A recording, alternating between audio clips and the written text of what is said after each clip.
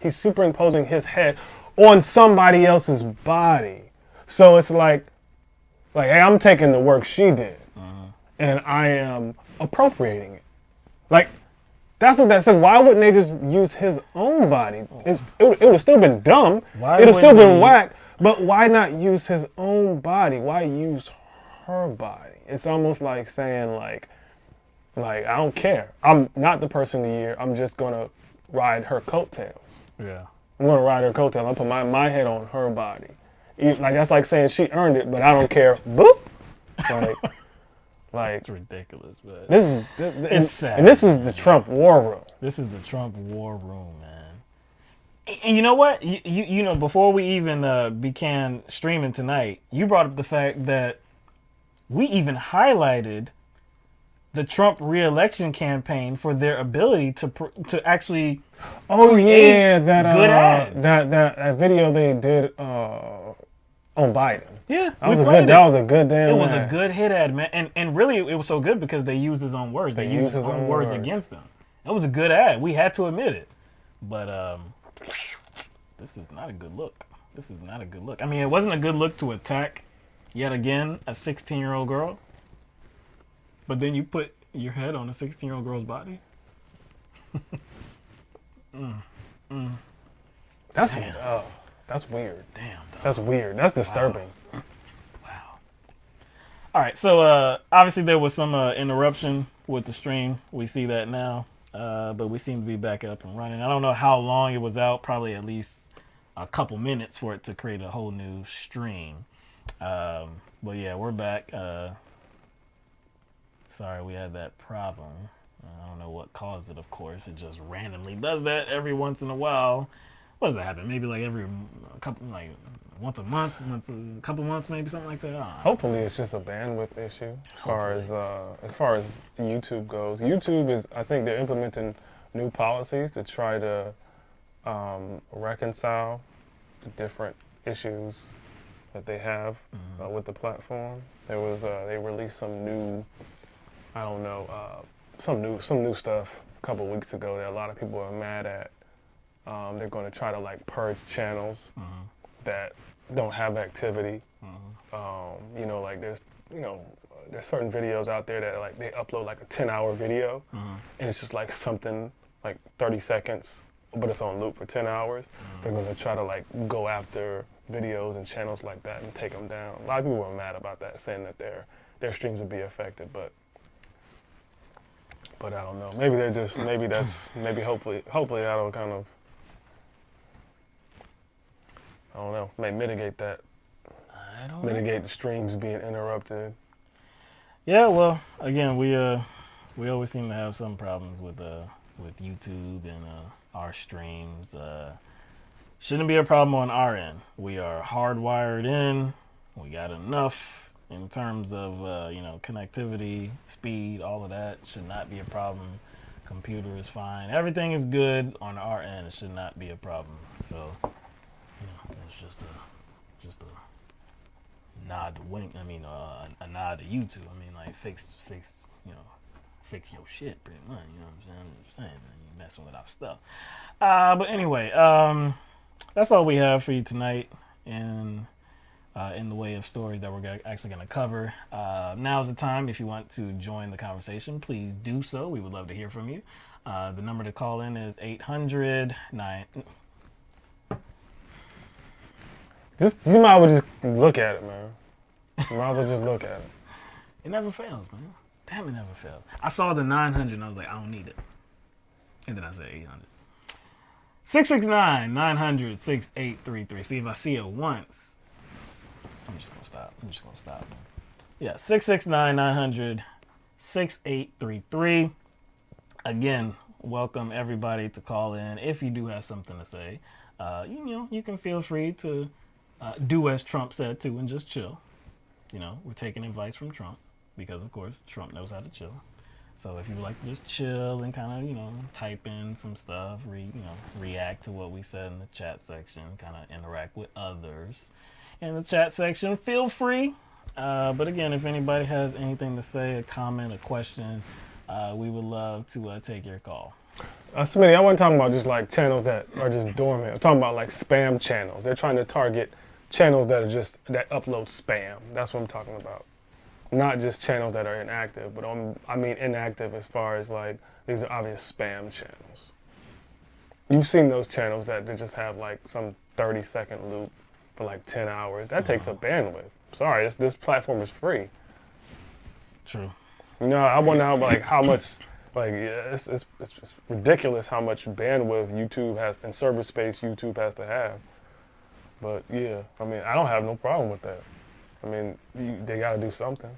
Yeah.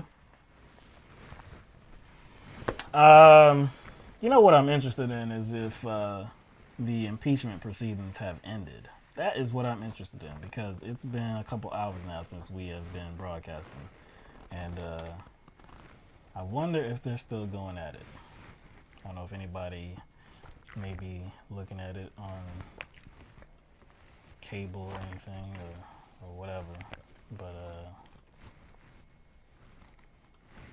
let's see if this thing is still. Hold on, no, that's not what I want. Speaking of that, I think there's a lot of people out there who fail to understand what this is actually about. Like setting aside the different or possible motives that Democrats may or may not have. You know what I'm saying? Set like that aside. Setting aside whatever motives Democrats may have. I've heard a lot of things of, you know, that this is specifically designed to hurt Bernie. And I'm just like, first of all, like Trump got himself into this. Yeah, the timing is off, but it's not like Democrats set this up. It's all Trump. So I've heard this is it benefits, you know, the DNC's candidate. I've heard that floated.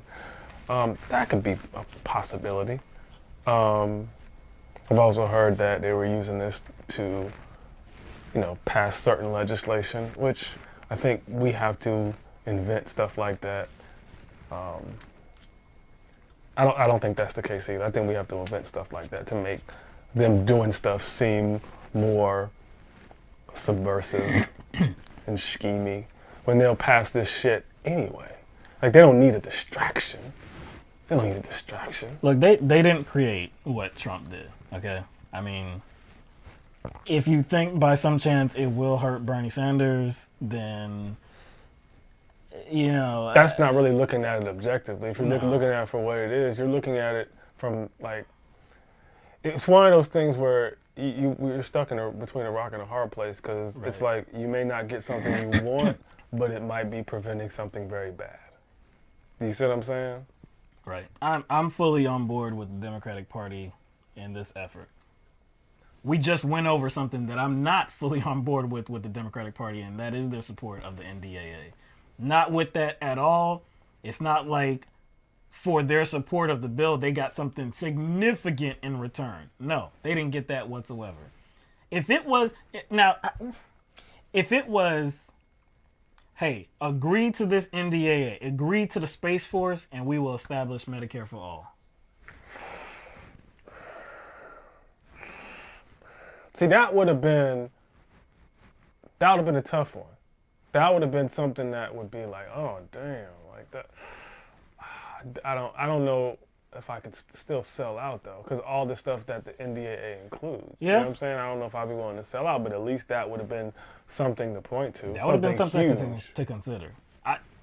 I can't say that I would have been against it, man. I just can't. I'm definitely against the NDAA. I'm definitely against all those billions of dollars. I don't know why. Because I guess I thought million was enough. Not even thinking about it. I guess I thought million was enough. Because, you know, to us, any million is a lot. My gosh, you know what I'm saying? 1 million is a lot of money to me. But anyway, to establish Medicare for all, if that was the get, man, that would be a life changer. That would be a life changer. I don't know if I can pass that up. That might be, you know, signing a deal with the devil because you're just going to extend this military industrial complex, no doubt. At least that would be up for debate, though. At least that would be something significant to actually debate within yourself and others. This that they got, no, nothing. Like you said, you probably can't even find that piece of lint anymore, can you? Nope. So, like I said, we have significant concerns when it comes to the Democratic Party. Their actions, given this impeachment inquiry, and now they're at the articles of impeachment. I'm with them. I'm totally with them because, like many others, I see what Trump did for actually what he did. It's plain as day. It's not ambiguous. It is very clear what he tried to do. He got caught, but it's still an abuse of power. It's still violating his oath. So if the Democratic Party was not to do this, I would call them weak. I would call them absolutely weak and not standing up to this abuse of power. I think the others would do the same. So, all right. All right, we still don't have any callers. If anybody has a question or anything in the comment section, you can feel free to do that as well. I don't know why you don't want to hear our lovely voices on the phone. I mean, I don't know what's the different, there's soprano, there's alto, Falsetto, baritone. I think it's a baritone voice. Tenor? Is tenor? I don't know. I might be making that up. I used to be a soprano though, or almost a soprano back in the day when I was a small kid. You know what I'm saying? I used to belt out those high notes. Of course, because you were a kid. Yes. I remember the change. Do you remember the change? Because I remember the change. Like, I kind of remember it.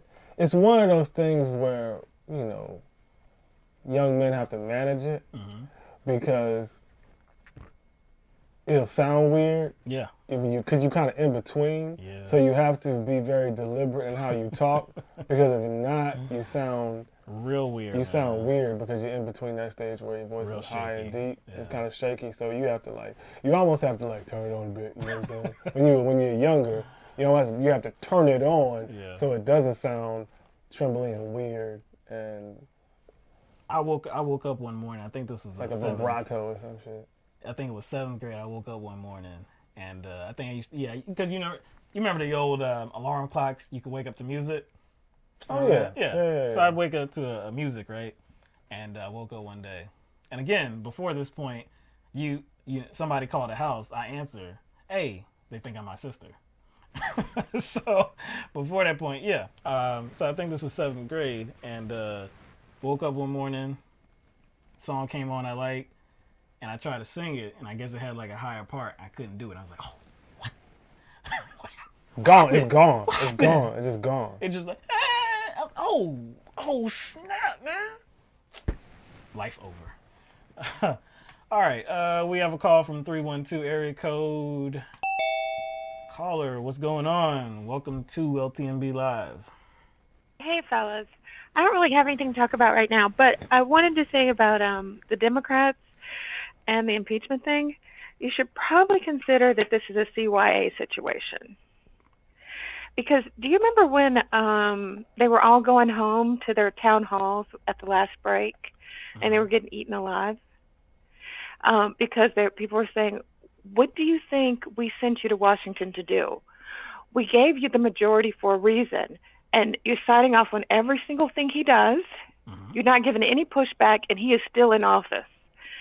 So they're just going through the motions. I don't really see them, like you said yourself, Will. I know you did. You brought it up twice in the last show, that if they really wanted to go after him, they would have gone after your point you made. Remember? Yeah. But it's not like they're trying to lay out the strongest possible case they can on the single thing they're going after. They're not. They. Look, go ahead and make excuses, but they're really CYA. Because if they don't do something that they can show, hey, look, we did, they just voted us out. They just didn't come through for us in the Senate. But see, we tried something. If they don't do that, they are going to lose their seats. They're going to lose their seats. So I think that again, there have been multiple things where people should feel that Trump abuses office, abuses power, lied, this Right. and that. And there, again, I think there are multiple things that they could have attempted to go after. Could they have? Could have been a realistic opportunity. I don't know. In this case, this is something that you would have to just completely cover your eyes and not see, because it's again, I will say, it's plain as day. Trump did exactly what it is promoted to have done, or Well, what is being your point alleged you to be made? done. What is your point you made? Well, Which one? what was the point you made? I don't know. What is the point you made that they didn't add to the count? Did you forget? I may have forgot. I don't know. What are you talking about? It was very strong. Do I have to quote you? You might have to Mike. quote me. Mike. You don't look like you know what I'm talking about. I don't know what she's talking about. You said in the last show you went through. Oh my God! Oh my God! You've forgotten everything you said already.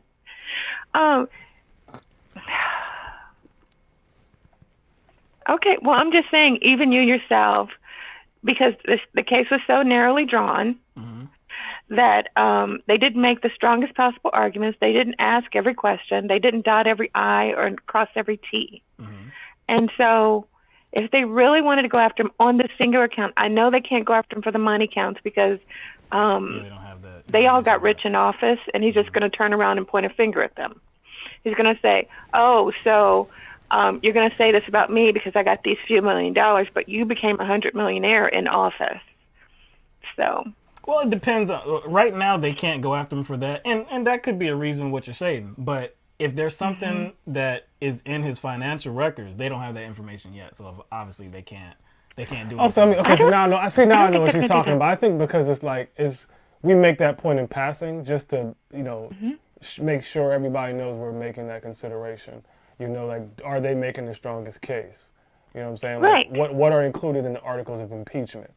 Right. But we also have to consider what is available to them too, and also, can they add more to it? We're just not even sure whether they will do it, and we have to wait and see. If they don't, then I think what you're bringing up is probably solidified. It's probably validated. Like, hey, it does look like they're half-assing it, and there's a reason. So if that financial information becomes available and then they don't use it, then I'm like, these bitches. Yeah. Then I'll be like, these definitely. bitches. Like, Definitely. yeah, Because so- that case is still ongoing right now, and we were talking about that after the show on Tuesday. And for me, I can't see any reason why the Supreme Court. First of all, it doesn't make any. It doesn't make any Why sense they gave that the Supreme stay? Court. No, well, yeah, that they stayed the case. Why they just take it? temporarily held it. Why didn't they just take it? Yeah, If they were it going to doesn't take make any it, sense. if they were going to go against that lower court's ruling, why not just take it and say, Multiple lower court. multiple lower courts? If they Yeah. were, like going to rule over those courts or contradict those other courts' rulings, then they would just take the case and be like, nope, he doesn't have to. So why stay it? That just seems like they're trying to Be political not operatives. not like be put in a position where they're going to have to go against Trump, because that right there it says it. What does it say? It says shall. Shall provide. Shall provide. There's no ambiguity to that. So None at all. they're going to They have would have to go against the law. They have to go established against the law? Clear law. or go against Trump. Like, that is that's a weird position to be in as a Supreme Court justice. It's different As a conservative. too. Well, Go ahead. somebody mentioned in the comments the other day that that it's very possible that New York City wants to go after Trump because Trump can't be pardoned from the state level. Well, no, that's why Mueller transferred like 14 different cases, so that would not happen. And Pelosi said immediately, like in that time period, I remember this, Pelosi said, well, we can't impeach him on this because that means they won't be able to convict him at in the state court. So I think she may, it's a possibility, besides the whole corruption thing, and I don't want anybody to look at all my millions I made while I was in the Senate, in Congress, whatever. But besides that, it may just be that she doesn't want to screw up the chances by having him not get impeached on the counts, and then they're going to have trouble trying him for it later in the state court.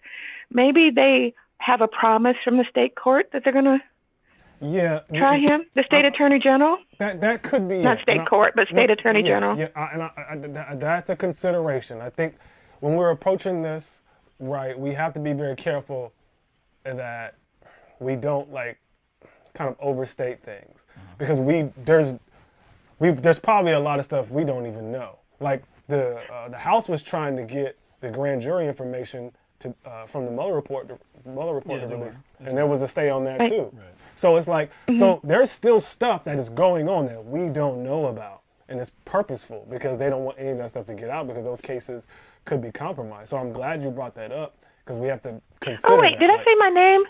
Oh, this is Lynn in Chicago. We know who it is. Come on. Maybe the audience doesn't know. We already got your name on the screen. Don't play us like that. My name yet. Don't play us. Don't play us. See my name. Oh, that's funny. I just remembered. Yeah, because there's a lot of things we don't know. Like, again, there's a lot of things we can say about Nancy Pelosi. Right. You know what I'm saying? Most of them are bad. We can say, oh, this is we not don't a like strategy. making excuses for her. Why is she doing this? This doesn't look right. And it's like, it's the easy thing to do to say, hey, I don't trust this person. Like, why are they doing this? But it's like, it's good for you to bring up that, hey, we may not know why she's doing it. Again, we could disagree with her on a certain set of things, but I'm not going to knee-jerkingly disagree with her when we don't have all the information. We don't have the access to everything that's going on, especially behind closed doors. That's very sensitive. She says very little. She says very little, so it's easy to remember the few things she said, right? Like, she never comes out and actually says much. But for her to make that statement, and everybody tore her apart at the time, because I remember I even saw Jimmy Dore do a clip on it about how, what do you mean that you can't go forward with an impeachment because somebody else might want to try him? You remember her? Yes. You remember that? That was a big deal. Yeah, I remember. I think everybody was complaining about it. Right. So maybe there's something, but I don't like making excuses for that lady. Yeah, I don't either. I don't either. I don't like to put any kind of hopes into her, but it's one. I think it's something to consider, though. But see, look, when you're talking about going after Trump or the Republican Party, though, she can be strong there. I mean, these centrist Democrats, they can be really strong when you're talking about going after conservatives. They would mirror some of our actions and our thoughts, of course, because that's that's the layup. That's the easiest thing that you can do. But when it comes to something that shouldn't be difficult, but seems to be difficult for people like them, and deciding whether you're going to approve of the NDAA, they fumble the ball. I have to tell you, at work today, I literally lost productivity when I heard them say we're getting a Space Force. I could not believe we're getting a Space Force. It's ridiculous. You know, people, we don't have food stamps, but we're getting a Space Force. And that was just recent. That was just recent. That was like that was just last week. Yes. Thousands of people are going to lose their food stamps. Yeah. But we're getting a Space Force. Unbelievable. Unbelievable. Space Force. Don't we need a Space Force? Don't we really need a Space Force really bad? Yeah. But here's the good thing about that, though. We didn't allocate any money. So I laughed at myself about it because, Congress has to allocate money for it to exist, and they can defund any program, which is an important thing to remember, because we can shut down all of these permanent state agencies that keep propping up and taking our rights. All you need is a Congress to take their budget from them. Mm-hmm. It ain't that hard. Elect the right people, zero out their budget, and the agency is gone. So they're trying to. But so Space Force has no money. Yeah, they're trying to. Space Force has no money. Yeah. Oh, yeah. What? They're trying to play this game here where it's like, it's kind of done on both sides, but for a different reason. Mm-hmm. So you have the Democrats that are talking about securing free and fair elections and ensuring that democracy is strong. But yet they don't know what a democracy is. Exactly. But yet they'll be fine with passing the NDAA, which kind of weakens democracy, while kind of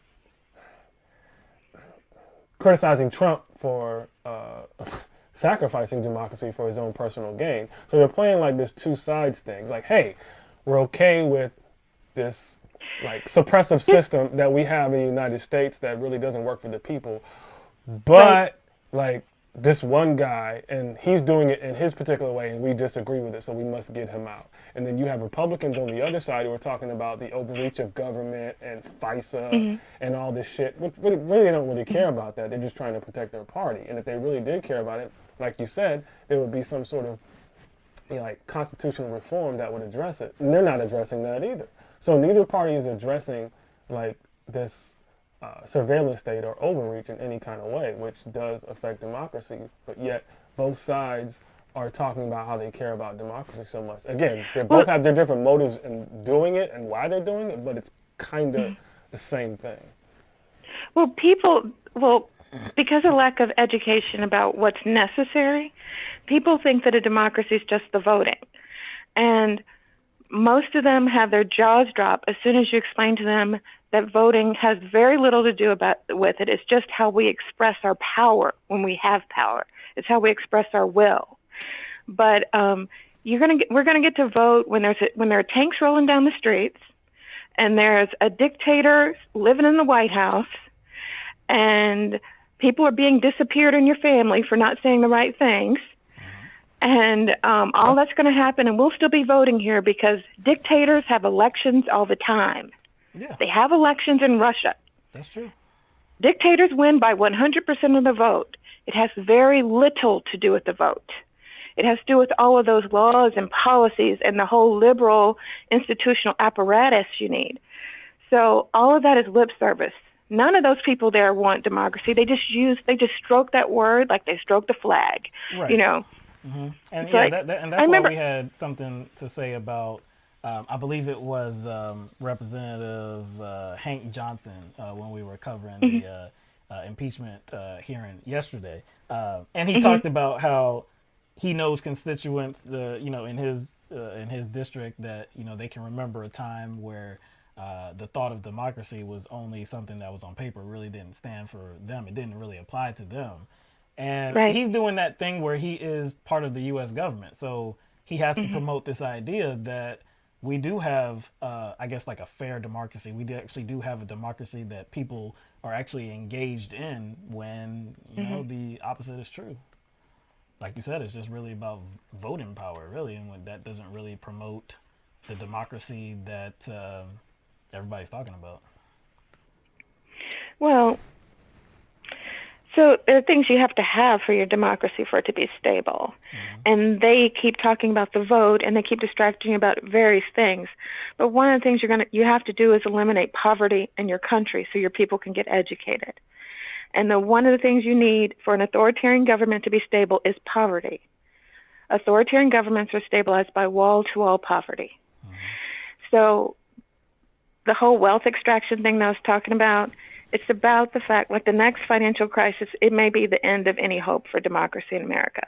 Because if we reach the level where nearly all of us are poor, we were not going to be able to sustain a political revolution. We're not going to be able to stay in the streets. Because it takes, part of the reason you have to lift them out of poverty and educate them is so that they can have the means to have a long, protracted political revolution with people in the streets for weeks and months. I mean, the Montgomery boycott took a year. That's people every single day, making sacrifices to get that done. You can't do that if you can't eat. You can't do that if you don't have the means to, so that makes sense. That's the same thing with unions as well. You can't fight, right? If you have to feed yourself, you're gonna cross that picket line. So, right. And some of the best work that was done during those protests in the past was that people would take in other people's kids so they could protest. They would find homes for them in the West or whatever, and people would take in their kids to feed them and send them to school so that their mothers could be out on the. Have you heard those stories? I recommend that people get the People's History of the United States by Howard Zinn and learn the real history of this country that they never tell us about. It's extraordinary. The real fighting people did. And Jay Gould, this real douchebag from the past, said that he has so much money. You ever heard this guy's quote? Jay Gould. It's important to remember how these people think about us. But he said he had so much money that he could pay half of America to kill the other half. That is what they think of us. So while you're out there in the streets, he's sending out the Pinkertons to kill, strikers. So they think a lot about us, these people who we empower and transfer wealth to.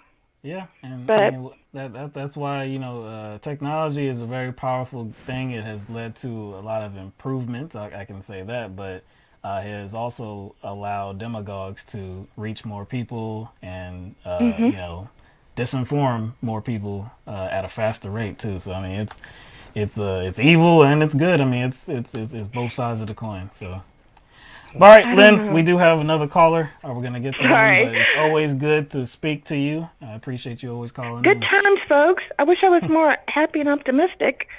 Yeah, Sorry. I mean, I mean, it's look, we can be optimistic, but, we got to be truthful, too. So, All right. Well, have a good night, fellas. All right. Okay, bye. All right, we're going to go to 617 area code. You're on the air live with LTMB.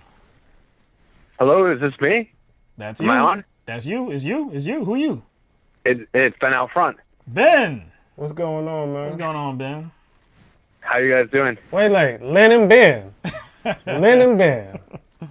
Lynn and Ben. I was gonna call you guys last week, but I got summons upstairs to take care of some things my daughter was getting in all sorts of trouble upstairs, so I got called up. And then when I came down, you guys had shut it down. So the way it goes. How old's your daughter? She just turned 6. Okay. Like the way he said that, it was like he said that like he was like the manager of a building, like the manager of like some sort of like office building. He was like, "Yo, I gotta take care of something. Yo, I got some business. Like, yo, they acting up upstairs. I gotta go to the second floor. Yeah. I gotta go to the second floor. I gotta go to the HR department to deal with something right quick." The way he's just so business-like. The way he said it was so business-like. Well, because I've told you guys I have my day job, and then I grind on eBay and Amazon.com like way more than I want to. Like, I wish it wasn't this way. I wish all I did was eBay and Amazon, but it's like a second job. So yeah, I'm down here like all the time. I do appreciate what you guys do, because I know it's like a second job for you guys too. I mean, we're all kind of putting in the extra work and don't always maybe see like the rewards we'd like, but in the short term anyways, but hopefully, I'd really enjoy what we're doing anyways. I know I do. It's a lot of work. So especially going through this impeachment phase right now, listening to all this back and forth testimony, and then all this. My God. I mean, and I just looked. It's still going on right now, I believe. So it's just so much, man. But yeah, that's point well taken. They're probably taking turns, taking breaks to some of them are going to be down there, and then Collins is going to go over to the White House. He's going to brag to all the other Republicans. But I was down there. I was telling them all, hey, this is outrageous. This is a joke. It's ridiculous. Collins is something special. I'm telling them all. Yeah. And then Trump's like, hey, that's nice, Collins. Don't you have somewhere to be right now? Don't you have somewhere to be? Get lost. So the way this was the main thing I wanted to say tonight, and then the only other thing I wanted to kind of just like make fun of Buttigieg for like a second, but the main thing I wanted to say was the most, I guess I'll do like one little side point first. If they knew, they would never would have put this call on that private server if they thought it was all like business as usual. If they thought it was normal, they never would have put it on that private server. Right? Right. So that's the first thing. That's guilty. You're guilty. Like, it was a completely run-of-the-mill call besides the fact that he extorted the guy. And for them to keep saying, like, President Trump said there was no pressure. He said there was no quid pro quo. Like, how stupid would you have to be as a criminal to say, like, oh, yeah, I pressured him, and there was a quid pro quo, but it was a perfect call. Like, obviously, he's got the intelligence at least to to know to lie about it. So you're like basically saying like, oh no, there's no way my son beat up your son because my son said he didn't do it. It's like, so simple. Words matter more than actions. That's really what they're trying to promote, that idea. Words matter more than actual actions. Like, I ordered something. Yeah. I ordered you to make something. I told you to put together the ingredients to make a particular dish. But because I didn't say the name of the dish, I didn't ask you to make that dish. Even though I asked for the ingredients for that dish, every ingredient that goes into making that dish, because I didn't say the name of the dish, I didn't ask you to make it. What if I like that he's saying, but I didn't say the word quid pro quo, so I didn't ask for one. What if I punched somebody in the face and said, "Well, no, I didn't attack him. I didn't attack him. I did not attack him whatsoever, man." It's just, you ran into my fist. It just, come on, man. But that's really what they're doing. They're saying words matter more than actions, and it's absolutely ridiculous. They don't really want to pay attention to the action. And you know what's sad? I think there's a lot of people in this country who want this. I think that's to me, that is underlying all this. Unlike all of what we're talking about here, we can focus on Republicans and Trump and how awful they are. We can talk about Democrats, how awful they are. But since Donald Trump is at the center of this, it's more about the Republicans here. So it's easy for us to talk about how awful Trump is, how he abused his power, how he doesn't care about people. It's obvious that he doesn't. He wants to use the office for his own personal benefit. He wants to abuse his power. That's what he does. That's the kind of person he is. That's his lifestyle. So when he got into the office, he didn't change. Sadly, every person who does something without taking a salary, it's obvious that they're corrupt. I mean, there's nobody who does something without taking a salary. Like everyone who's done that so far, they're like, oh, Papadopoulos was volunteering for the campaign. He was a volunteer. Giuliani is not. Giuliani is not taking payments from Donald Trump. So who the fuck is paying him? He's being paid, probably getting paid in kickbacks based on what they're doing in Ukraine. Well, what I was talking, no way he's doing something. But what I was talking about is like, I think Lynn pointed to it, but she said education. I don't honestly, I don't think that is enough. I think that's part of it, but unfortunately, from what we see from these supporters, from those interviews we saw at his rally, just in general, there are people who want this. Mm-hmm. Trump would not be popular, and what Trump says would not resonate if people did not want it. There's enough people in this country that actually don't care about other people. They just want to, quote unquote, win. They just want their guy to be in, regardless of what that guy does, regardless of how that guy affects them or anybody else. So they're under this like illusion of something. And I agree they want it. They want to hear that stuff coming from him because it makes them feel better about having those same toxic attitudes. Mm-hmm. It makes them feel better about being bad people. And until we acknowledge that America and the world, but the United States in particular, is filled with horrible ass people, then there's nothing. And the leaders reflect those horrible ass people. We can get mad at all the leaders we want to, but there's some horrible ass people in the United States. There's no doubt that nothing that you can do can change that. I don't think there's anything you can do that change, like there's like just some horrible ass people, like you said, in America. And not just in America, but all across the world. I do think that education, and not, when you say education, I'm really thinking about the cultivation of like experience, education, just life experience. If we put a priority on like actually like civil engagement and just like facilitating the world that should be, I think some of those people that are exhibiting horrible ass behavior, I don't think they would do the same. Not to say that it's all of them, because obviously like humans are humans, and there's some humans that do not give a damn about other people, and they're only interested in self. But I think a lot of them, I think education can go a long way. I don't know to what extent. One thing I'll say about education is it's like a 20-year cycle. So that's even if we improve education today, we're not going to see the benefits of that for 20 years. And we have a real problem because it's a cultivation. Basically like 20, 25 years ago, they kind of like started cutting education. And like, I don't have any milestones on that, but like, people just, between taking away subsidies for college and so like it used to be college was basically free, and now how much it costs and everything. So it's going to be a challenge, but it's so like people have street smarts and get, kind of get a sense and get mobilized and start to understand things. And when you look at the young people, God, one thing that Buttigieg said They were like, why is it that 52% of people under 35 like Bernie Sanders? And he started doing his little mealy mouth, like his word salad dance. And then all of a sudden he was like, it went from like, why do people under 35 love Bernie Sanders? And then he goes, hey, when I was 18 years old, I loved Bernie Sanders too. So he tried to make it seem like, hey, when I was a stupid kid. Yeah, but here's the thing, Pete. Like, it's not just the 18-year-olds. It's like, it's lots and lots of people who are much older than 18. So I'm trying to then turn it around and say that. Actually, it's like under 45. Yeah. He's just, oh man, he's so smug. What was I going to say to you guys?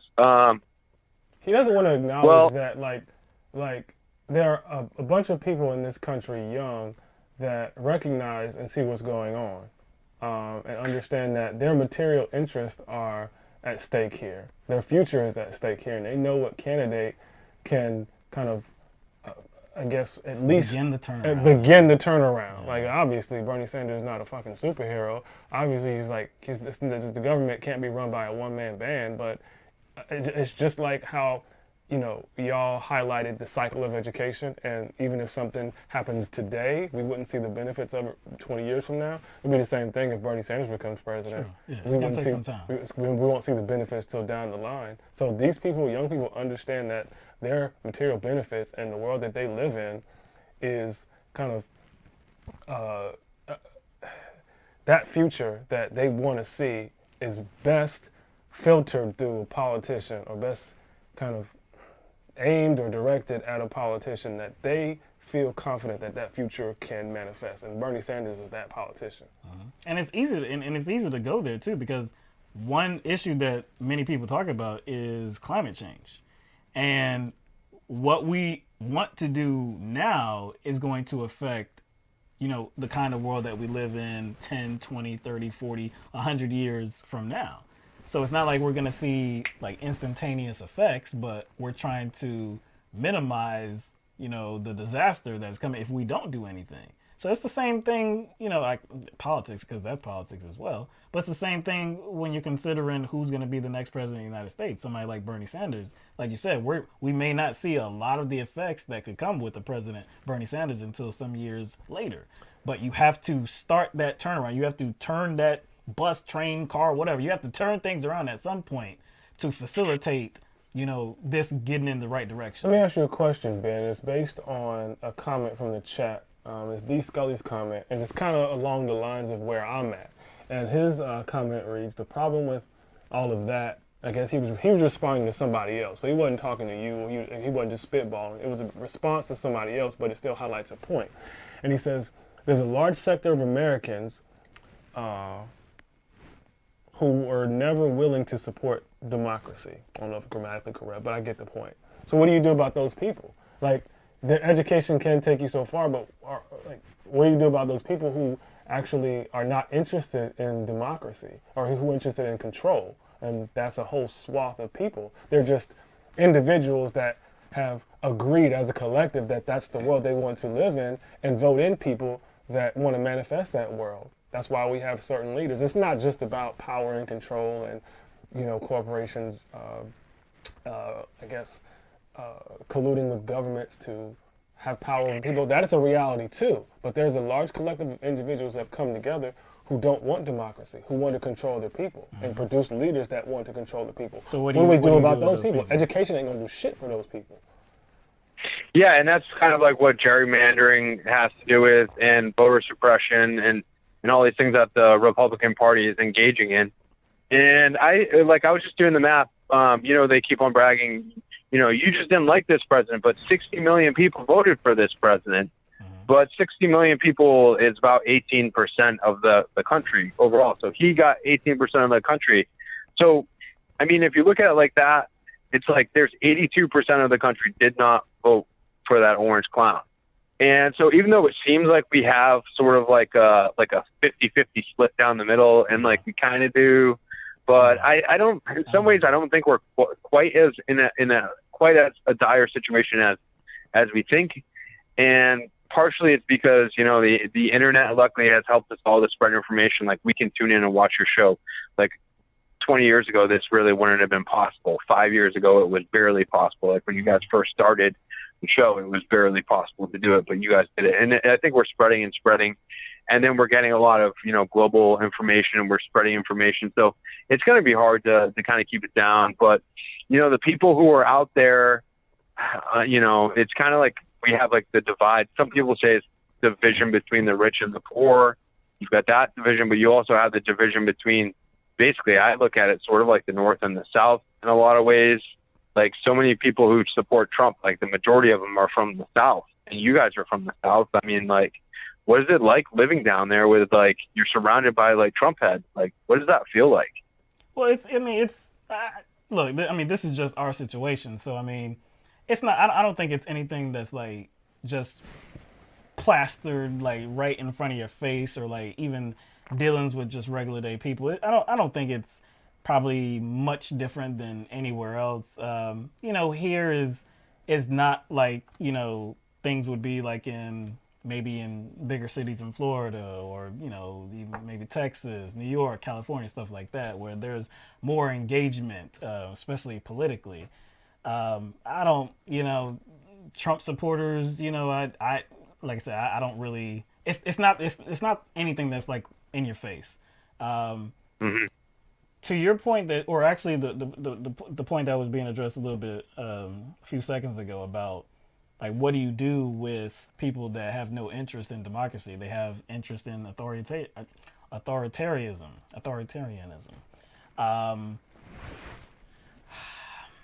Look, what's real is that we all can play a role in how things are done here. Okay? If we wanted things to operate the right way, in which there was no bribery, there was no legal bribery, or if there was not legal bribery, but if there was bribery, it would be punished. You would be held accountable for that. We can make that situation a reality.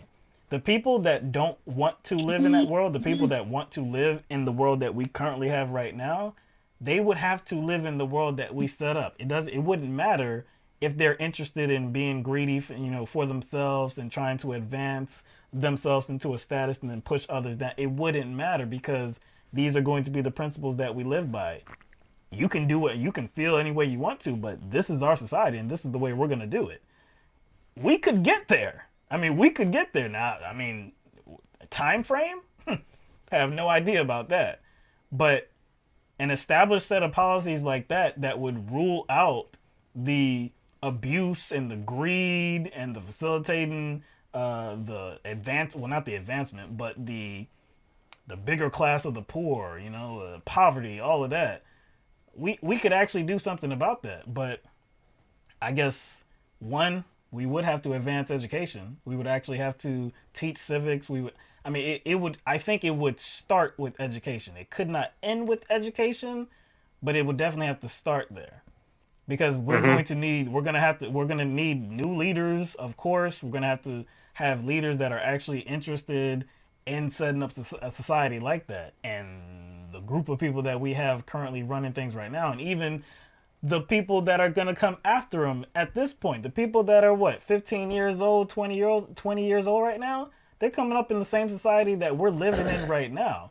I have no optimism that they're really going to try to be game changers. Not the multitude of them. Of course, you're going to have some of them. And I think as time goes by, you'll have more and more. As we have seen, there are more progressives that are running for office and actually trying to do good things. But they are nowhere near like becoming the status quo in terms of Congress, in terms of governing. So I think we're going to solve in the future, we're going to solve a lot of humanity's problems like hunger and a lot of sickness and stuff through technology and AI and algorithms and like supercomputers, not even supercomputers, they're called like quantum computers and stuff like that can run all sorts of they can test every single, combination of chemicals and run scenarios about what it's going to do. So I think certain things are going to get solved. We're going to have a lot less struggle in the future. This is what I'm picturing. We've come a long way since the Stone Age. And one thing I can say, I was talking about a 20-year education cycle. But if we're all on the bus together, we're all on the boat, but let's just say we're all on the bus and we're traveling. We may not know where we may not be at our destination, but we're all kind of smart enough to look out the window and know if the bus driver's, driving us in the wrong direction. Like, we kind of know if we're headed towards Tijuana, Mexico, if we're trying to head towards Ontario, Canada. We kind of know if things blowing the wrong way. So at least if we can kind of know that we're heading in the right direction, I think that would give like people like us in our age, it would give us a lot of satisfaction to know that, hey, you know what, we're going to pass something okay on to our kids, not just the climate, but like society as a whole. And like society is so important, and people like Pete Buttigieg, who just always want to kind of hint around the edges about, we want to make college affordable, but that's not enough for Bernie Sanders. He wants to make it free for everyone. Like, let's talk about like what the actual, benefit of having an educated population is. He doesn't want to go there. One thing I did, this is kind of changing topics, but I know you guys will kind of go back to this too, to this topic, ongoing that we were just kind of getting off of. But the one thing I kind of want to say in closing, this was the main, actually, there's two things. One about the quid pro quo and everything. I said it was my daughter's birthday recently.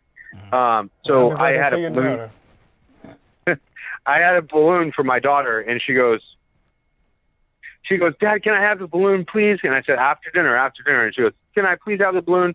So then dinner came, and we finished dinner and stuff, and she came up to me, and she knew she was like, do that balloon. And she said, hey, Dad, can I please have the balloon now? I said, sure you can. But first, I need you to do me a favor, though. Can you... I said, can you go get me my water bottle out of the bedroom? She turned around. She made it to that bedroom. She was in and out with that water bottle. She came and ran over to me.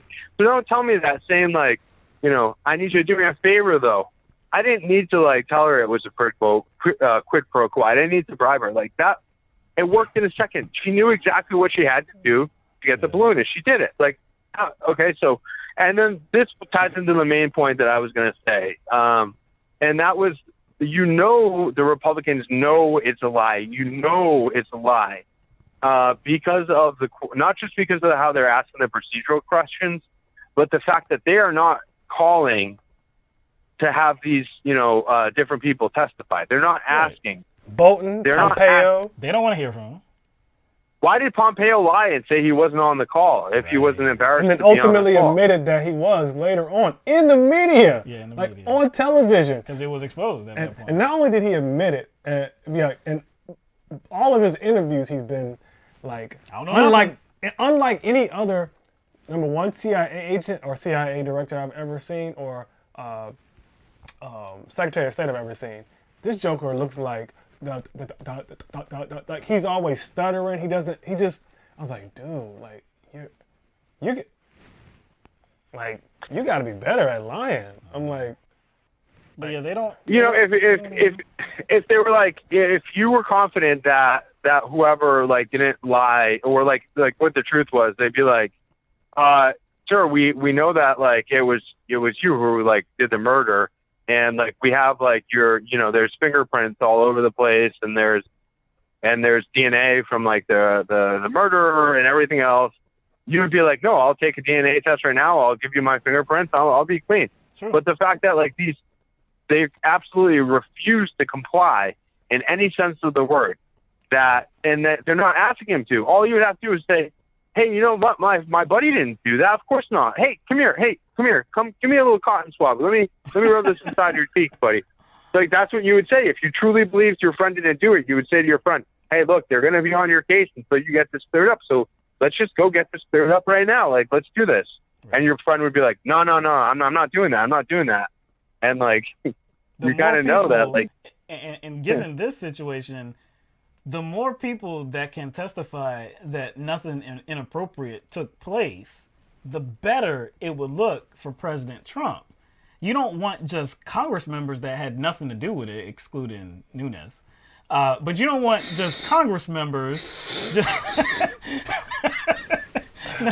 But you don't want just Congress members. Oh, poor Nunes.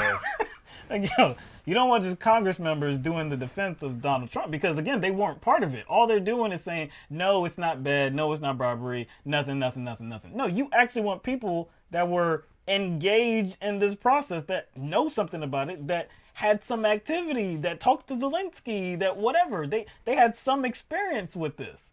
but we ain't hearing nothing from them. So I mean, no, of course it doesn't look right. It doesn't. It doesn't look like. It doesn't look. No, it looks as though they know he's guilty, no matter what's coming out of their mouths. It looks like they don't believe him as well, and they know something's wrong here. Yeah, they sure do. They know 100% that there's something wrong. And one good thing that's coming out of this that I didn't realize was going to come out of it was like you always think like, oh, respect the Congress people. But one good thing is we're getting to see all these people, and I'm getting to see the Democrats one by one, them making their statements, and I'm getting to see the Republicans. And even though I've always been an independent or just unenrolled for years, I was never enrolled, but this year I finally enrolled in the Democratic Party because I was starting to do some volunteering with the Democrats here. So I enrolled in the party. But before that, so when you look at people like Jim Jordan and like that guy Collins versus pick any one of the Democrats, there's only like one or two who I've been not really super impressed with from the Democrats, but otherwise, like every single one of those Democrats is they're all a class act. Every single one of them is class act. They're very in intelligent. regard to this thing right here. In regard to this. In regard to this thing right here. And see, and that's what I was talking to Lynn about too. Look, this is their lane because it's so easy. It's a layup to actually present a narrative that's like true when you're going against Republicans and these conservatives that are just trying to obfuscate. Like they're living in a world where they're presenting an idea that's obviously false. So for the Democrats, they look logical. They look rational. It's the easiest thing for them to do. So I heard, Virginia flip blue, not that as like a definite thing, but, Virginia flip blue. I heard North Carolina's getting pretty close. And as Atlanta's growing, Atlanta's going to be, flipping blue eventually, help this flip the state blue. So I don't see the Republicans having like long-term success in the form that they're in right now. I don't see that happening. I think we are going to overcome. And when I talk, like when we were talking about what do we do with the people who want the authoritarianism and everything, what's going to happen is we're going to get more and more people like the Joe Manchins of the world that are going to become, Republicans, or the Democratic Party is maybe it's going to have some factions or new people will be coming up who are Republicans, but they're more like the corporate Democrats. So you think we're going to see like a party shift? Yeah, I think we'll see a party shift, like, basically. That's what I think, because it's always going to be a two-party system because of the way all, like, corporate financing of the parties and everything like that. And, if we had more time to talk about it, I would start to talk a little bit about campaign finance and about how public funding of elections can be good, but also, like, there's something to Bernie being able to get all these people, these grassroots people. Like, what if they just gave Bernie, they gave Bernie $15 million and they gave Pete Buttigieg $15 million. Like, that doesn't really seem right too. But, I think it's hard to envision. It's like, how is the future going to look? I don't know, because we have to really worry about what's going on right now. And that was some crazy stuff you guys showed of that Trump rally and stuff like that. But you brought up a lot of good points. Like, people are going to just like sit outside the halls of Congress. But I think when you look at people like Lieutenant Bigman, and like a lot of people in the FBI and stuff, there's a lot of decent people who are in this country. There's a lot of people, even though they don't want Medicare for all, like I want and everything, they also, appreciate what we have from a constitutional democracy. And I don't think that these thugs like Trump and Giuliani are going to really be able to, they're going to have their little time in the sun. But before you know it, they're going to have their downfall. And, they're all, half of them in jail right now. Literally, Michael Cohen, Victor, is literally in jail for doing the president's bidding. Yeah. And people were talking about, like, Giuliani's not coming back from Ukraine at this point, which wouldn't surprise me. He's going to come back. But just to say one last thing about, things changing and, what could become like the Republican Party. Again, I noted before, the last 7 presidential elections, the Republican candidate there's only been one Republican candidate that has actually won the popular vote, and that was George Bush, his reelection. The last 7 presidential elections, there's only been one Republican that has won the popular vote. Yeah, and I mean, I don't know. I hope we can overcome Trump one way or another, whether at the ballot box or if I think part of the reason they're so desperate to keep this out of the Senate is because it's going to look really bad when they don't have any of the players testify. I mean, like Pompeo, like let's just talk about Bolton, Pompeo, Giuliani, Mick Mulvaney. Put them up on the stand. No, they're not going to do that. But that's going to look really bad on McConnell. He already looks pretty bad. Yeah, and he's in like a one point race with that lady. So I know, people think it's a safe bet in the Senate, and it sort of is, but what's going to happen? We don't know what can happen. We don't know what's going to happen. Yeah. No, and some of this stuff, if it ends up that it does get obstructed, like more so, and then we end up getting, the court's going to get involved and everything. I don't know. I really do not want 4 more years of Trump. True. It does feel like it's been such a waste. It's, we're losing out on a lot of potential that we obviously had. It was the worst waking up, knowing that guy was going to be president. He's such a loser, in the truest sense of the word. The dude is a complete clown.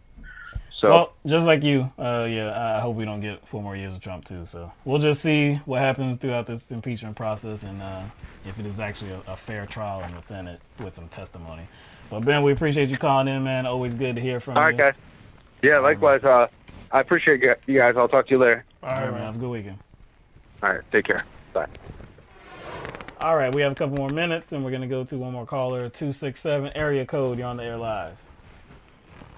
Yeah, what's good? It's Phil from Philly. How y'all doing? Good, man. How you doing, Phil? Pretty good. I'm going to make it quick. Because I don't know how much time I have. Got about 5 but I wanted minutes. to bring up, okay, before I got to Andrew Yang, because I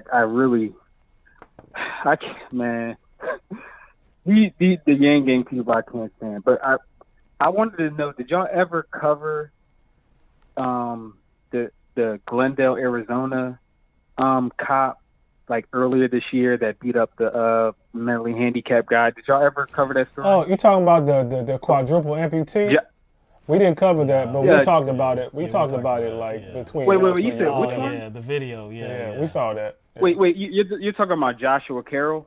I don't know. I thought you were talking about the quadruple amputee, but were you talking about another one?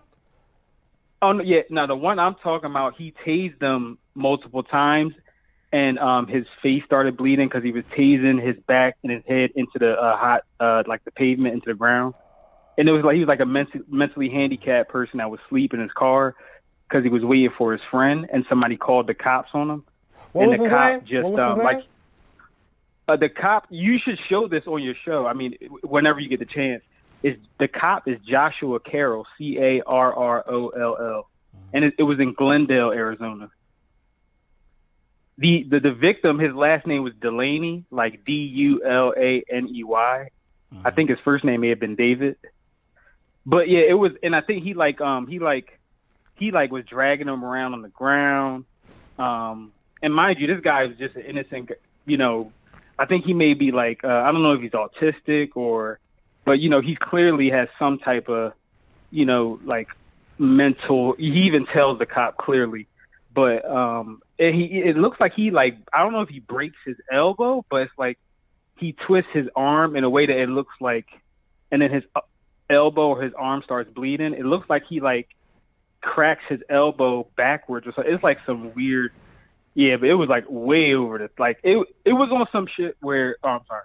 It was on. It looked worse than shootings to me. As much blood as it was, I've seen people get shot by cops, and it was way cleaner than that. Like that's how I was because I saw it on DL Hughley put it on his Instagram. Mm-hmm. That's how I saw it. But it happened earlier this year. But the dude didn't even get charged. He just resigned. And they claimed they were going to fire him, but he resigned. And they say that he could get a job in another town unless, I guess, a mass of people go to the board, attorney general, or the peace officer board of Arizona or something, and request that he's reprimanded, Arizona AG brings down charges or something, which obviously wouldn't happen under a Trump or Arizona's a reddish kind of state, so I don't see, I'm not going to hold my breath, but I mean, that was y'all should definitely show y'all viewers that, that is crazy. But I don't know with the Yanks. I don't know if y'all covered where they said he has. They said he passed Bernie in terms of small donors or something like that. Who did? They said, I'm not even kidding you. Like Andrew Yang supporters were saying that he surpassed Bernie because his percentage of small donors is like the highest in the race, and I think number 2 is Castro. Obviously, that his is thrown off because his number of fundraisers is so low, obviously. And then Bernie's number 3 because he's slightly lower, and then it's probably Elizabeth Warren, and then whoever else, Tulsi or whatever. Right. But they're fudging the numbers because you have people like me who like are recurrent Bernie donors, and we're small donors. But once you donate over a certain amount, you're not. So they're like they're cherry picking. It's probably like, Bernie probably has a bunch of people that donated like $201.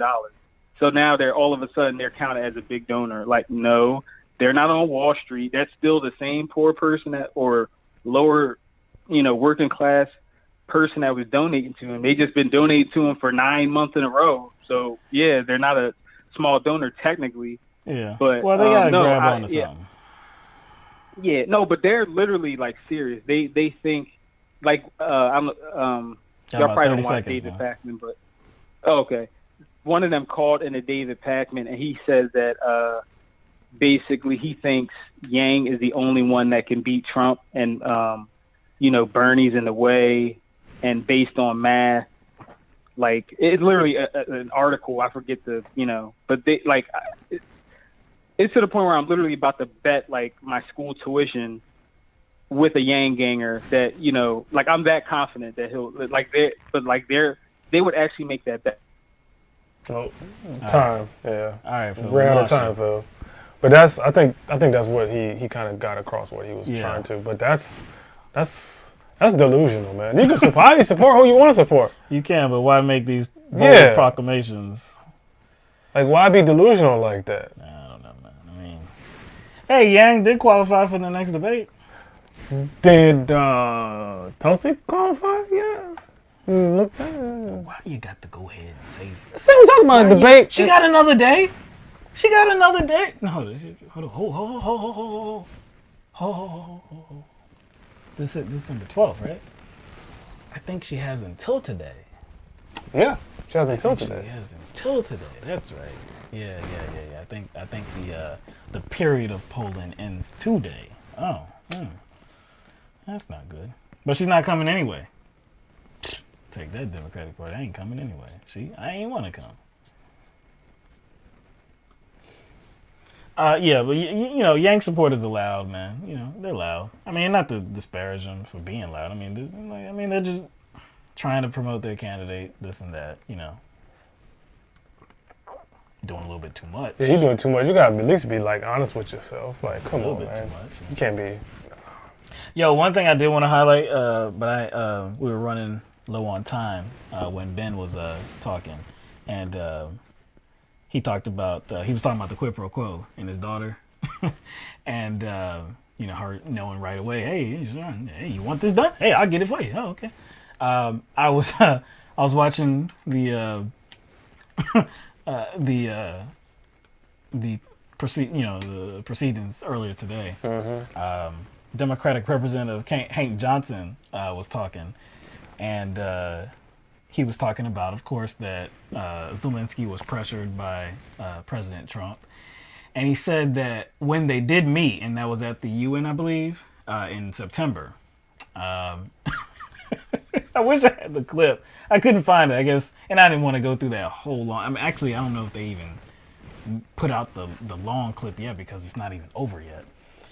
When it's done, it's probably going to be like 14, 16, 8. It's still going on. Anyway, Representative Hank Johnson talked about the sight of seeing Donald Trump, who I believe is like about 6'3", 6'4", something like that, and President Zelensky, who is 5'10", 5'11", something like that. And, you know, just the stark difference in between sizes, and just to know even the, I guess, the role of the President of the United States, the power that comes with that, and how he's in a much more powerful place than somebody like Zelensky, and how Zelensky was looking like Trump had his daughter with some duct tape in some room. Like in the basement or something like that. Zelensky was looking all scared.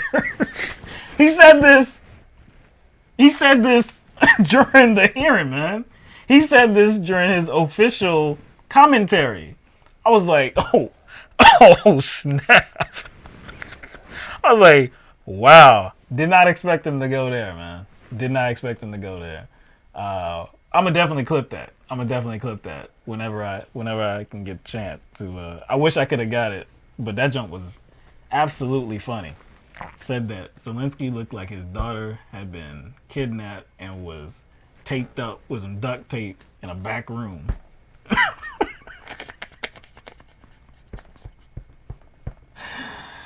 Oh man, it's messed up, man. It's messed up.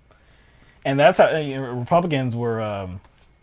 At least they were promoting the idea that they were upset because by the Democratic Party starting this process and trying to impeach Donald Trump, they're also being disparaging to Zelensky as well. Essentially that's what they're doing during this hearing. They're willing to do that in order to protect Donald Trump. Yeah. Because, you know, if their argument is, hey, we had to check out this guy Zelensky. We have to make sure he's not corrupt. Oh, no. No. I'm saying the Republicans are saying Democrats are doing something to Zelensky. How is that possible? Because they're saying that Zelensky is weak. They're saying that Zelensky is lying. So you're disparaging Zelensky. Wait a second. Zelensky. Well, no. Actually, like, what's worse though? What's worse here? Trying to protect Donald Trump, or pointing out that Donald Trump is trying to extort another leader, and acknowledging that that leader may not want to be forthright about being distorted. That's pretty much what the Democrats are saying. Simply because Zelensky doesn't want to be forthright about being distorted and admit that, it doesn't make him a liar. It just means he's in a vulnerable position. Republicans are trying to turn that into, they're calling him a liar. I'm like, I think they understand what position he's in. And I think throughout this whole impeachment inquiry process, they kind of laid that out and actually have shown him some sympathy. Yeah. Like, you haven't heard any Democrats saying, what's wrong with this guy? Yeah, exactly. No. Nobody has done that. Regardless of what. And that's the right move there. Because it's not about Zelensky. Now, it would be helpful if Zelensky did decide to tell the truth and be like, look, man, this is what happened. Let me be real with you. Of course that would be helpful. But I don't think anybody's expecting him to do that. He has to lead his own. He's a new president. He's dealing with Russia. He's dealing with Putin.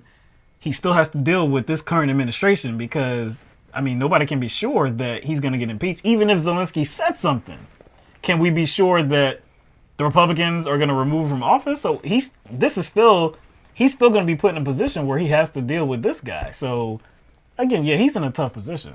I don't expect him to be... It's like, regardless of what happens out of this, it's not like Trump is going away. Exactly, man. Nobody expects that Zelensky is going to tell the truth here because I don't think anybody expects that he is in a position to where that's his best move. So, but yeah, Republicans are trying to use that, and Collins especially. Collins said something about that earlier. Ranking member Doug Collins from Georgia, he said something about that earlier today, and then he stormed out of the little proceeding. Whatever. It's kind of childish. But that's what they're doing, man. They're trying to take up for Zelensky now. That's their next defensive strategy. They're trying to hey, look what you're saying about Zelensky. You calling him all weak? You calling him a liar? Think about what you're doing. You're weakening his position with Putin. He's trying to fight a war. He's trying to negotiate with Putin, and you're making him look weaker.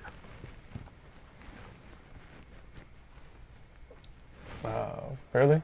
Isn't that what Donald Trump actually was doing? Yeah, I know, man. It's something.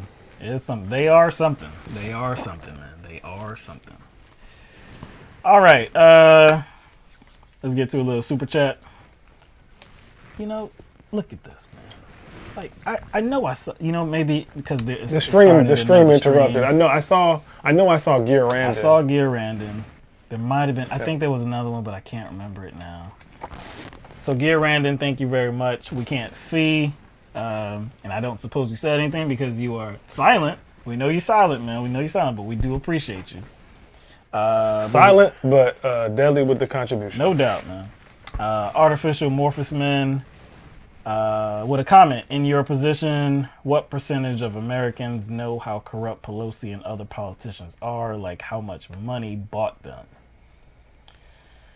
Ooh. And that's why they're in between a rock and a hard place. Now, they put themselves there, but yes, they are trying to navigate between knowing that they're being bought and they have interests that they have to maintain. You know what I'm saying? They have interests that they have to maintain because they are bought, while at the same time trying to hold someone accountable. You know what I'm saying? Because checks and balances is their job. That's their job. But so it's like it's a weird contradiction. You know what I'm saying? There's no way that you can come up with an accurate percentage. I mean, 'cause I don't know how you could quantify that unless you just polled every single American. I would definitely say under 50%. My number would be under 50% because, I mean, just think about the broad support that there is for the Democratic Party and the broad support that Nancy Pelosi has. I mean, she doesn't win elections, by a little. I mean, she's been in Congress for a very long time. She has a lot of support. And most voters, look, man, most people want to believe in somebody. Most people do want to be led. I mean, like, they really want to believe in somebody and that somebody who is in a position of power is actually looking out for them. No matter what facts are, I mean, humans have this really extraordinary ability to push away facts, no matter what they are. I mean, some facts, I mean, all facts are not the same. That's one thing. All facts are not the same. But things like, supporting a candidate, when you're talking about money in politics and somebody being bought, we could draw those lines and, come away with the idea that, yes, I mean, look at that. Look at this money right here. Look at this. And look what she does not support. Come on. I mean, it's plain as day. Other people aren't going to do the same. They would need much, much, much more than that because, again, they want to believe that somebody has their back. They're not in a position of power. They believe that whoever their representative is, because of their commentary, because of their rhetoric, they actually believe they're working for the best interest of humankind. And I don't know. Again, we know that not to be true in most cases. There's broad support for the Democratic Party and there's broad support for the Republican Party. Both parties take huge amounts of money. And still yet, most of the supporters don't believe that they're corrupt. So, I mean, if they did believe that they were corrupt, you would see that more. Like you would see that being discussed more. We're only really in the beginning stages of the conversation about money and politics. Yeah, the widespread conversation about money and politics. Not to say it wasn't relevant. It's been relevant, and many people have been talking about it, but not most people. I didn't hear my parents talking about it. Yeah, I didn't hear my parents talking about it. That's true. That's true. I mean, really, you'd have to thank Bernie Sanders for that conversation. Because up until 2015, 2016, what candidate was really making that a focal point? It was not really talked about that much. Super PACs? Nobody cared about super PACs? Who cared about super PACs? Nobody. That was just the way you did business. This was just the way you got elected. Who cares? But now again, it's more of a conversation. It's more of a widespread conversation. So, yeah, man, I put that number well below 50%. People that believe that Pelosi or whoever else is corrupt and is being bought, well below 50%. Been out front with the late contribution. What happens if we unite and bond arms? One love. I mean, that's what we have to do in a real way. Really, it's just rhetoric when people say. I mean, it's just like it's nothing. When a lot of people say, they don't really mean what they say, because there's like actions that have to come with the physical. Let's bond arms. Let's unite. There's actual. You have to change a lot of things. You know, you have to change things that you currently support. You have to do stuff, man. L Train has a question. It says, how real do you think the Bernie blackout is, and why do you think it's happening again? Same reason why it was happening last time, and they have to work a little bit harder because he has more support, and he's actually, a front runner amongst a whole host of candidates. I think that's what makes it even more, I guess, it makes it more apparent that Bernie Sanders is a quality candidate because he's a front runner amongst so many. Before it was just Hillary Clinton. I mean, it was O'Malley, but wasn't it O'Malley? For a minute. For a minute. Martin O'Malley. Martin O'Malley. Yeah. But he was still like not well known. Bernie Sanders is within a field of a lot of well-known individuals. You know what I'm saying? So you have, Kamala Harris, kind of. I mean, she gained enough steam to announce the president. Was well known enough. She's well known enough. Yeah. You had O'Rourke, you have Warren, you have Booker, you have all these career politicians in this field who you think would kind of chip away at the support Bernie Sanders had, but he's still a front runner in the midst of all those other candidates. So I think it's more imperative that they kind of try to suppress his voice. I don't think they're doing it as much, though, I will say. It's still there. It's more like a blackout by using disparaging rhetoric. Like the video that Ophelia? Matt put out, what's his name? Ophelia? The dude put out the video that showed. Oh, okay, I know Matt. Yeah. Matt, yeah, the video, he kind of laid it out wonderfully. It showed how they were talking about Bernie Sanders was not the actual reality of how he is actually received and who he is and how he expresses himself. So they were trying to present this, they were trying to characterize Bernie as one thing, and then he was making it, pretty much obvious that that's not the case. Right. So it's not so much of a blackout in this case, it's more or less like blackout through disparaging. Through disparaging. Yeah. Because it does seem like they're covering him a bit more. Because they have to. They are. But they're blacking him out in a different way. When he was the little-known senator from Vermont, they weren't trying to take him seriously, even though his rallies were, reaching a lot of people, thousands of people, and they were increasing, stuff like that. Still, they wouldn't take him seriously. And even when he became a significant threat, I think at that point it became for a different reason why they didn't want to cover him. At first it was like, he's nobody. And then again it was like, okay, well, who? He's somebody. No. No, not at all. Now, again, he's Senator Bernie Sanders that ran for president in 2016 and got all these delegates and you won all these states, and now he's running for president again in 2020. They can only do so much to ignore him. I do see some attempts at ignoring him when they address polls that he's a part of, and they don't even mention him. He'll be like right there, like number 2, number 3, or whatever, and they'll be like, Biden, Warren, and then look at the bottom. Yeah. Like they'll be like Bernie plummets to second place. And like he was already there. I know, man. And they'll list his name below Warren, even though he's actually ahead. They'll do little things like that. So I'm not saying it's they're not blacking him out, but it's not like last time. They still are.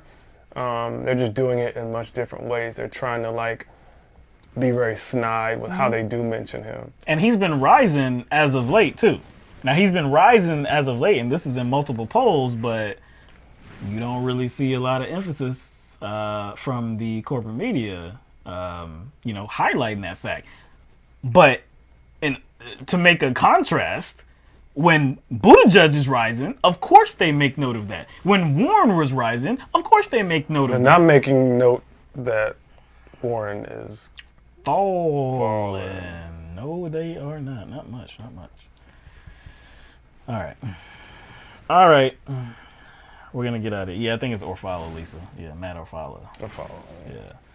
Yeah. NPR is ignoring Bernie. Yeah, most are. But hey, early February, that is when the first caucus is. So he's doing well, even though he's being ignored, essentially. Not completely, but more so. Like, it's crazy. And there was, I thought I had it up here. But I don't. I was going to just quickly go over some more debate schedule stuff, because there's some debates have been scheduled for the first 4 early states. Thought I had it up. Let me find it real quick, and we can just go over that real quick before we head on out of here. That's not it. I don't think that's it either.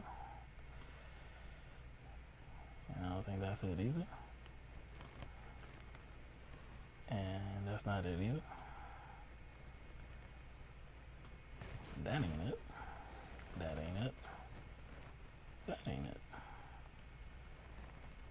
All right. Let me just damn search. What's today's date? The 12th? Yeah. I think it was on the Hill, actually. We were talking about the deadline, and like you said, you said you thought it was tomorrow. Yeah, but it's today, right? Yeah, it's today. Well, still, you got till next week, because see, they ain't gonna come out. The release ain't gonna come out till next week. You see? The release ain't gonna come out till next week. So, so it's not when the polls release; it's when the polls were taken. Yeah. So we technically won't know until next week whether she qualified or not. That's right. This is the period where it ends. Today is the period where it ends. I know I didn't. Talking about Tulsi Gabbard. I know I wasn't looking at Town Hall. I know that much. I wouldn't do that to myself. She better qualify. She better. You know she ain't gonna qualify. She better qualify, because they're going to make her a little, I call it a stunt, or her, her being a little salty look real bad, because you don't back out of something that, you don't disinvite yourself from something that you didn't qualify for. I could have just looked in here.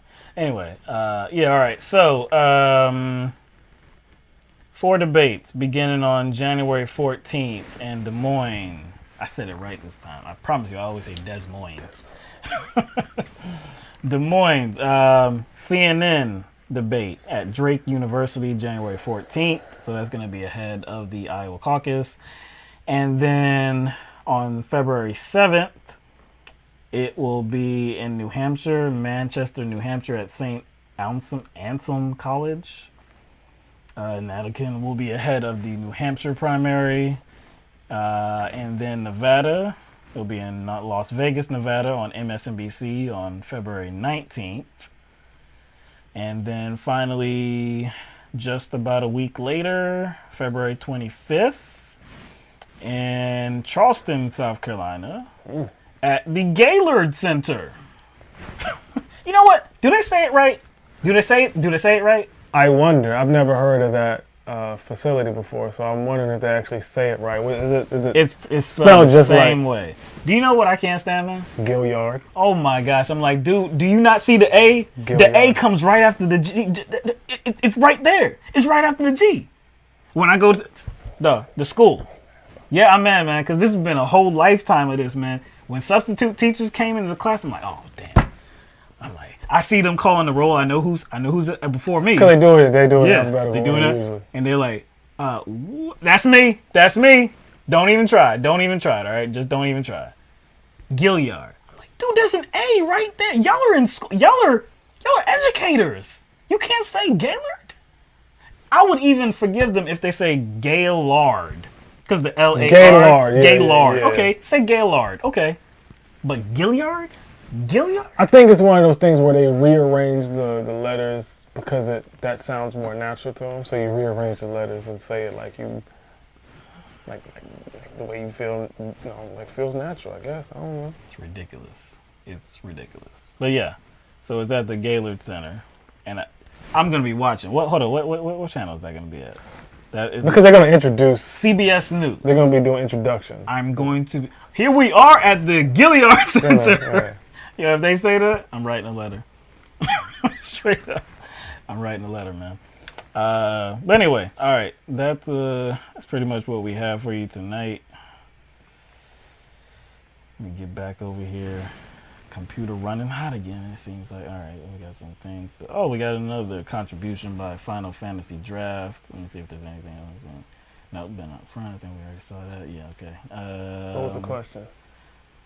Final Fantasy Draft. When do you think Pete will drop out? By the way, sorry again. I don't know what you're sorry for. I'm sorry for. I don't know sorry for. It depends on the foot traffic. It depends on the foot traffic to the polls. It depends on that poll foot traffic. I mean, Yeah, it does. The first. It could be early though. It could be early depending because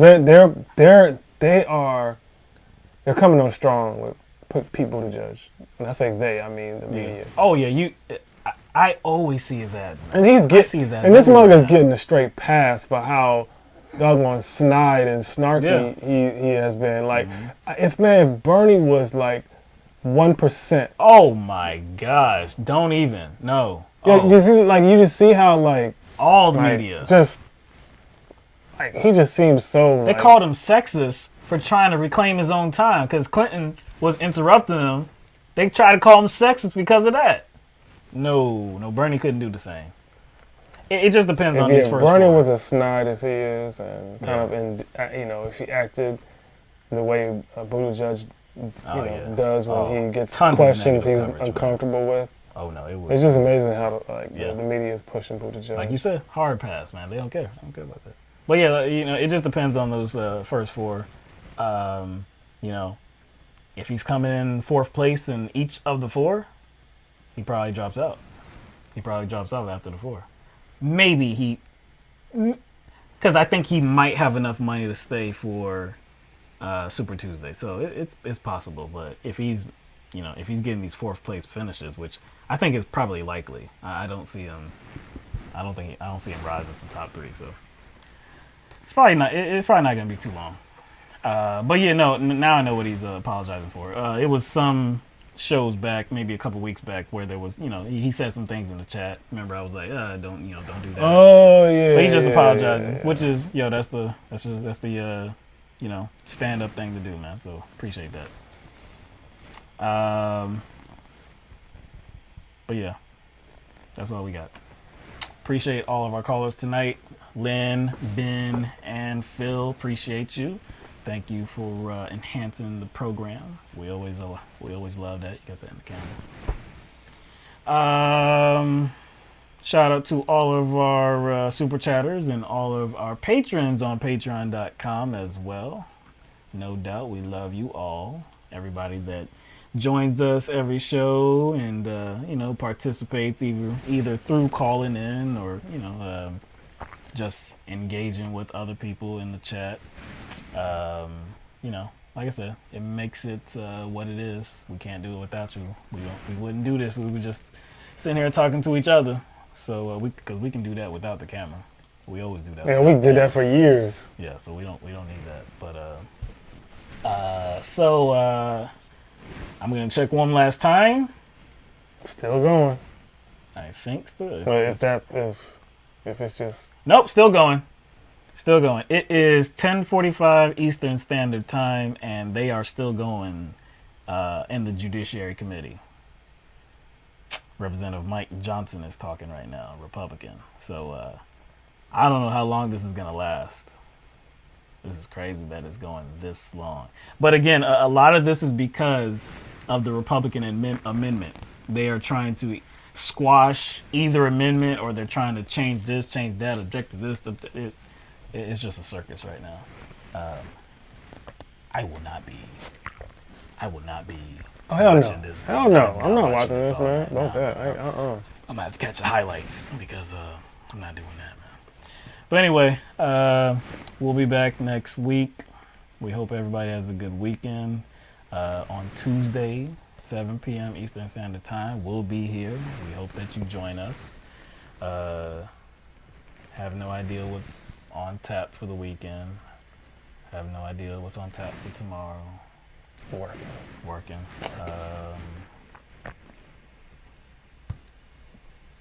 There's always something, and I'm like, we never even address it. It's like something big, and we're like, oh yeah, I forgot. I don't know. Anyway, we're gonna be out.